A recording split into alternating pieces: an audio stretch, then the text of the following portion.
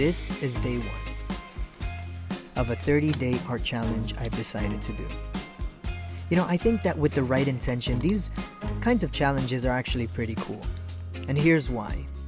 It's a long enough challenge to feel like a real challenge and build new habits and things like that, but it's also short enough where it doesn't feel too overwhelming. And I have 3 tips to help me stay on track, but also to share with you if you're looking to try a 30-day challenge. But first, I just want to say that I think, especially as artists, it's important to build up discipline and the ability to commit to one thing all the way to the end, So what are you thinking? Should we do Foxtail or Buddy Brew or I don't know? I think Foxtail is cool. Yeah, that's much closer. We'll do that. Oh, this is it. And go. To start off the year with a win. Look at that. Prime parking spot. Yeah. And this leads me to my first tip.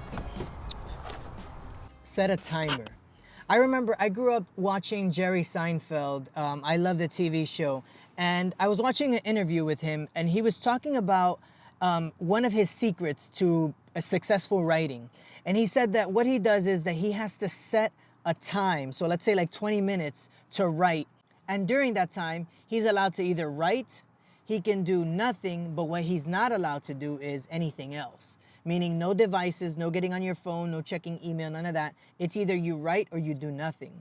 And he was talking about how his daughter was trying to get into writing.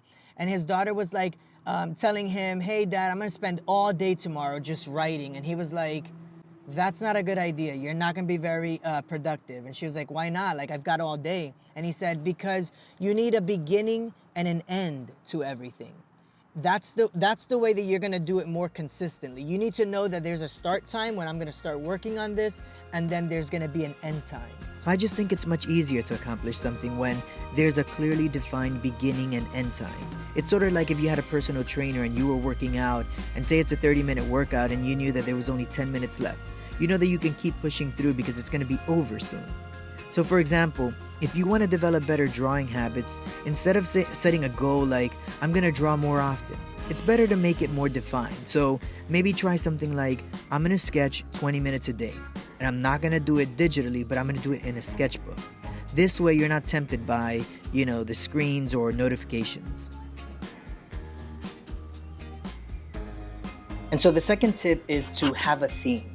And a theme is not necessarily like a list of rules, but more of like an inspirational guide. And I talk about this briefly in the video that's somewhere up on this screen, I'm not sure. But so we have 20 minutes to sketch, right? And so to increase your chances of success during this challenge, you want to kind of go into your 20 minutes already having some sort of an idea of like what you're going to draw, what you're going to sketch. And this way you're not wasting time trying to come up with something at the start of your 20 minutes. It's kind of like, just to use another gym analogy, it's kind of like if you go to the gym and then once you get to the gym, you're like, all right, so what should I do today? Is it leg day? Is it arms, elbows, whatever it is? You don't want to decide right at that moment what you're going to do. You want to have some sort of a plan beforehand. I really like this proverb 21:5. It says, good planning and hard work leads to prosperity. So again, you're going to save the stress and the frustration of not knowing what to do if you just have some sort of a plan in place. But again, this doesn't mean that you have to have a list of saying like, this is exactly what I'm going to draw today. This is exactly what I'm going to draw tomorrow. Again, this is just supposed to like guide you so that you could hit the ground running. But one of the things that I want to suggest to you, for example, I'm going to be doing forest animals. I want to encourage you to kind of have these things printed. Your references, like have it printed on a mood board or on a page.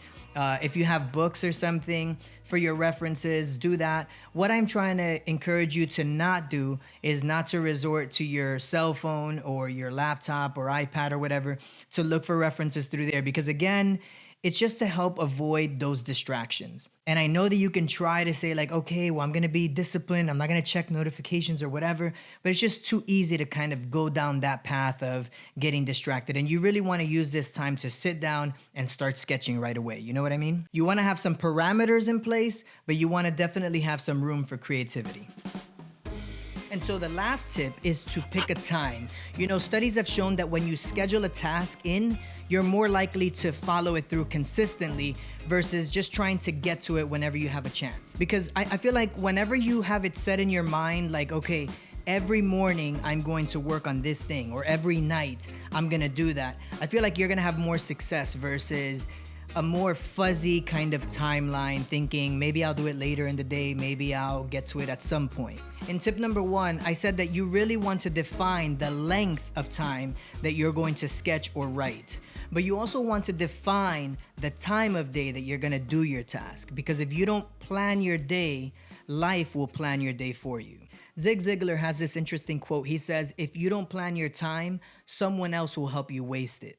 So again, if you don't plan these things strategically into your day, the random things that come up in your day are gonna end up planning your day for you. So I'm gonna give these 30 days of sketching a shot. I really hope that you join me. You know, I really think that these 3 tips are gonna help me stay on track.